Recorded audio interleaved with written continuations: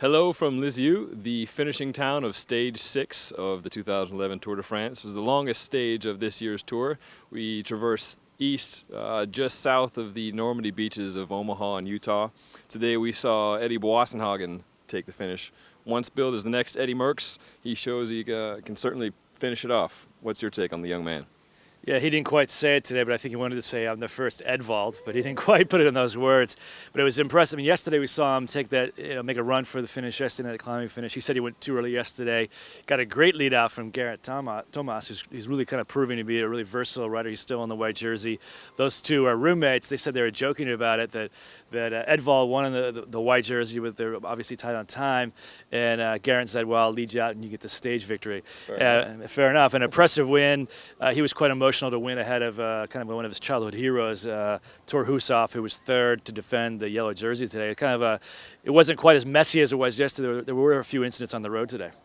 Pretty cool to see the yellow jersey in there in the mix of the sprints. But yeah, we did see a few riders unfortunately hitting the ground today. Levi Leipheimer among them at about 4 kilometers to go. He was bumping up against the guardrail and it was doing some ballet there on the bike and nearly held it up. It went down, lost about 65 seconds, which bumps him from 14th, where he was GC the start of the day, down to 31st, 1 second, 1 place behind Ryder Hesjedal. Contador also had a little mishap with a bike, switched bikes, and seems like there's never a dull moment for the GC guys in this first week. Yeah, that's right. Contador, it seems like every day something kind of bizarre happening to Alberto. Normally he's right there at the front in that bubble, but this year it seems like he's riding a little bit further back in the peloton.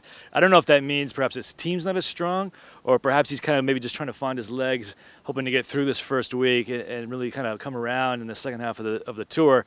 He's saying he's still feeling the effects of the Giro in his legs. That's really the big question. We've all been kind of going around the peloton asking, how do they see this GC fight shaping up?